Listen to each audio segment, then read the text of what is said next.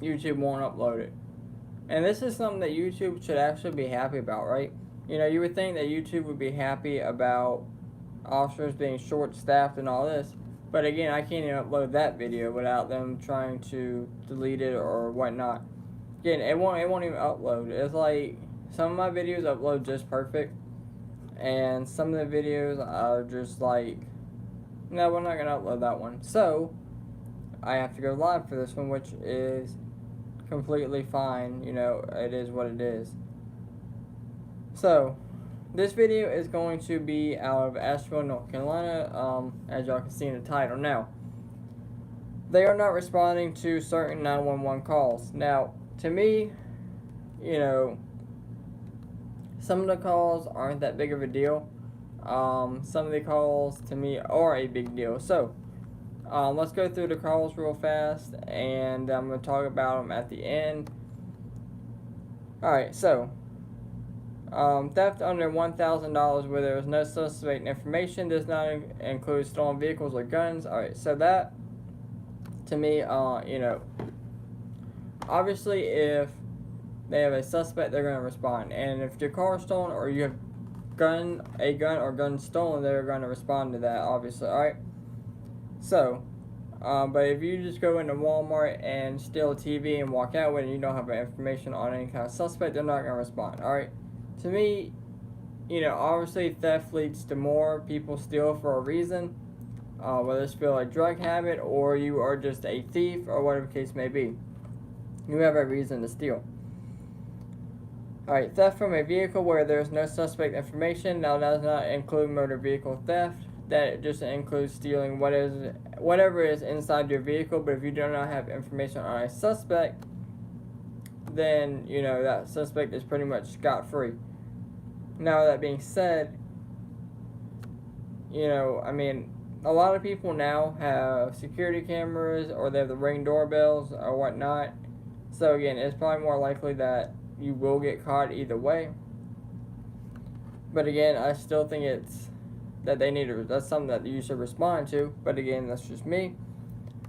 Alright, another one is minimum damage and or graffiti to property where there's no suspect information. Now, graffiti is something that usually happens at rail yards, train stations, stuff like that. Or unless there's a protest / riot, then obviously there's going to be graffiti there. Vandalism, you know, I don't know what they consider minimum damage. I don't know if that's like a broken window or whatever case may be. You know, I don't know. It's just this minimum damage.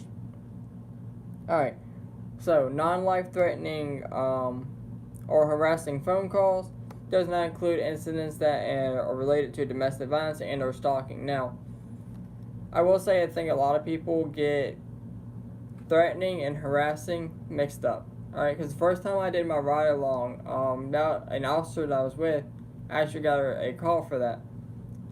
Anyways, he gets there and the dude's like, hey, it was his boss, and he's like, hey, he's threatening to fire me. He's, you know, saying he's going to sleep with my wife and all this. That, again, is not considered a threat. And the officer told him that. He's like, you know, you might be upset about that, but that is not a threat.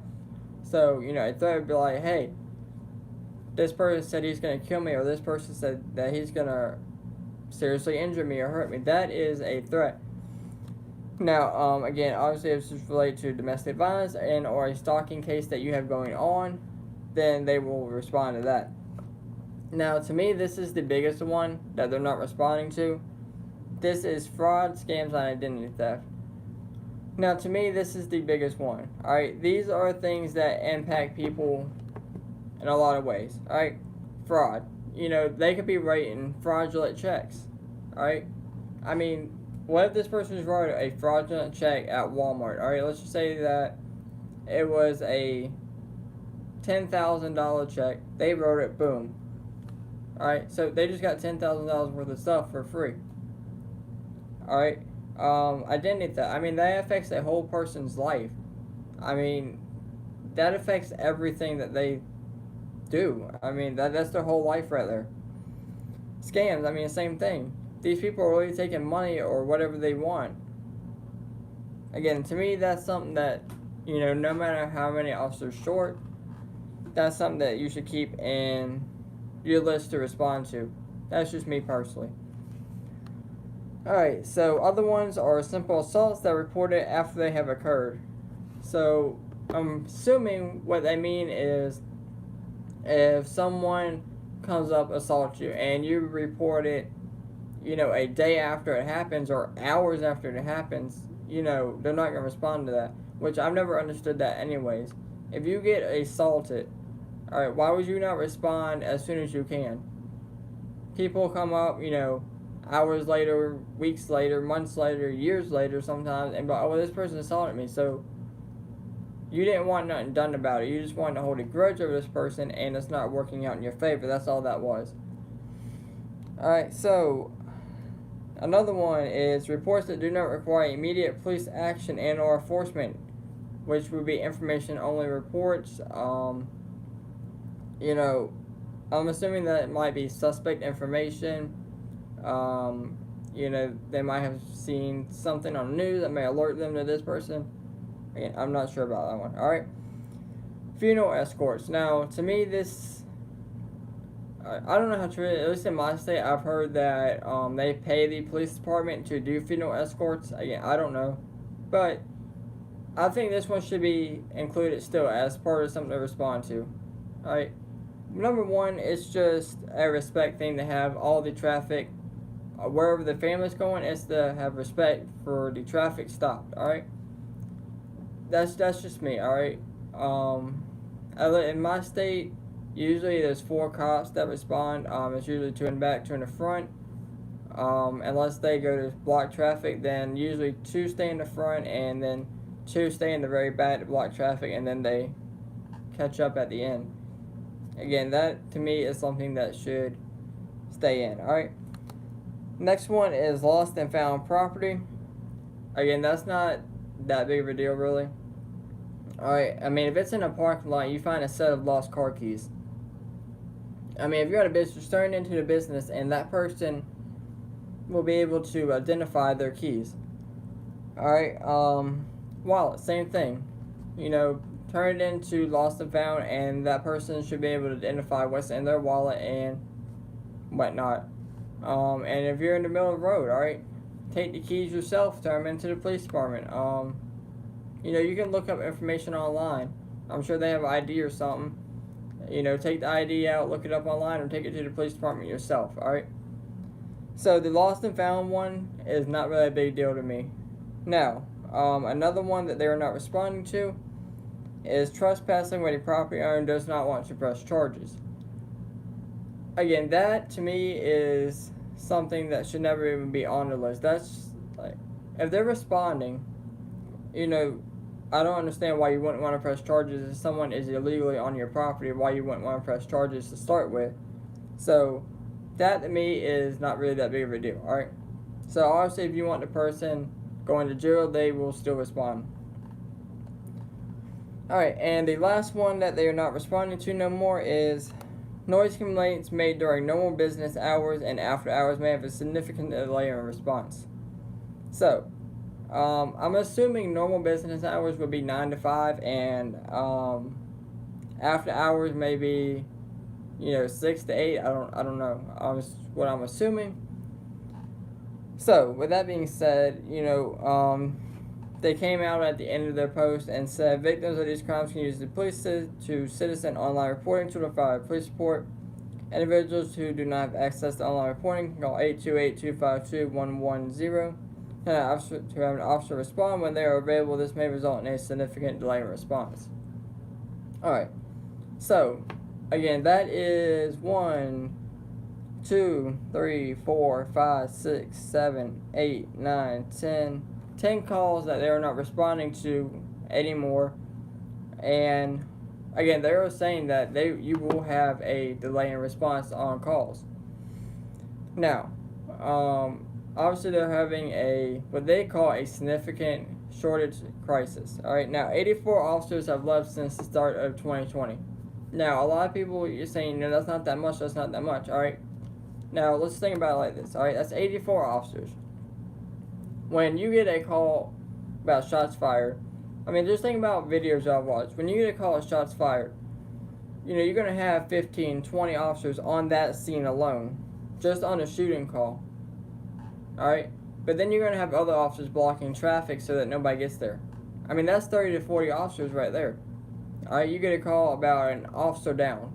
Obviously, you're going to have multiple officers rushing over there. So that's 30, 40 officers. You get a call about a school shooting, mass shooting. That's going to be another 30 or 40 officers that is not going to be able to respond to whatever else. And again, I'm not saying, that happens every day, but there are instances, and it's happening more and more and more, where there are mass shootings. There are officers in trouble. There are officers who need assistance. There are officers who need assistance more because of what's going on in the world. That's just how it is. But again, these officers are literally putting their lives on the line, but they're getting fired over, hey, how you doing? But they're getting fired over TikTok videos. They're getting fired over, a post criticizing them. They're getting fired over putting their personal opinion out there. They're getting fired for putting their beliefs out there, right? So, if you go out there every day and put your life on the line, but you don't get any respect for it, and you come home after a day of work, you make a TikTok video, you put your personal opinion out there, you say, you're tired of rights, you say whatever, and activists don't like it, boom, you're done. You're fired. And again, honestly, as much as I want to be a cop, one, I wouldn't do it now. There's no way I would be a cop right now. Again, that was like my childhood dream to be a cop. And it got ruined by everything that's happening. And even now, even if I wanted to be a cop right now, I wouldn't get the job, probably because of how I feel about protesters. Alright? I mean, it's not hard to look up a YouTube channel, look up a Facebook page. It's not hard. So they would see all that, and well, you can't have that on the force. You might hurt someone's feelings. I mean, that's just how the world is right now. And again, so many officers are suspended or fired. The latest one was Nate Sylvester. He was actually fired over the TikTok video mocking LeBron James, which he did nothing wrong, alright? LeBron James always wants to stick his nose in other people's business. He always wants to act like he's important when he's not. And again, he walked off the court the other day because he lost. But yeah, he still wants to, be in police business. You don't know anything about police. Even when Ma'Khia Bryant first came out, oh my God, a white officer shot and killed a black girl. Number one, she's not a little girl. She was 16-year-old, and she was pretty big for her age, alright? Stabbing, or attempting to stabbing another black girl, comes out, oh, well, it's horrible, you don't know anything about the case, alright? And that's why officers are leaving, because of people like LeBron James, celebrity athletes, and again, they're getting suspended and fired for making a TikTok video. They're getting suspended and fired for putting their personal belief out there. They're getting suspended and fired for, defending themselves, alright? Just like in Minneapolis, alright? Where they shot and killed, what's that guy's name? Hold on. Where they shot and killed Winston Boogie Smith, alright? This man was a criminal. Okay? I mean, I don't know what else to tell you. He literally, from what I've heard, he pulled out a gun on the police. So, what do you expect them to do? I don't understand. This person was on probation for aggravated or armed robbery, alright? He missed his probation violation. That's why they were there to pick him up on a warrant that he obviously missed because he knew he would go to prison. He pulls out a gun and gives them multiple commands to drop the gun. What does he do? Nothing. He still pulls out the gun, and he gets shot. And again, witnesses, alright? There are witness statements out there saying that officers tried to perform life-saving measures, but it was unsuccessful. I mean, I don't know what else they're supposed to do, right? I mean, you pull a gun on the cops, you're gonna get shot. Alright, they fired 8 to 12 times. Everybody's talking about, oh, that's too many shots, that's too many shots. Okay. Again, when you are in the heat of the moment and someone pulls a gun on you, you're not gonna be worried about how many shots you fired. You're gonna worry about your life at that point in time. Again, 8 to 12 shots is not that many shots if you think about it. I mean, honestly. 8 to 12 shots after a suspect that pulled a gun on you who you know is on probation for aggravated robbery, or armed robbery, excuse me. He done missed his probation violation, so you know he's going to prison. He knows he's going to prison if he gets caught. So, obviously this person doesn't want to go to prison. He pulls that gun, you give him multiple commands to drop your gun. He don't drop your gun, you open fire on him. 8 to 12 shots is not that many times.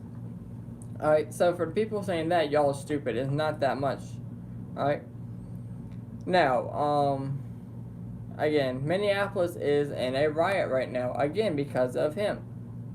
Again, y'all are literally protesting and rioting and destroying your city over a criminal. Tell me how that works. Like, you're really rioting for a criminal. Like, I don't understand.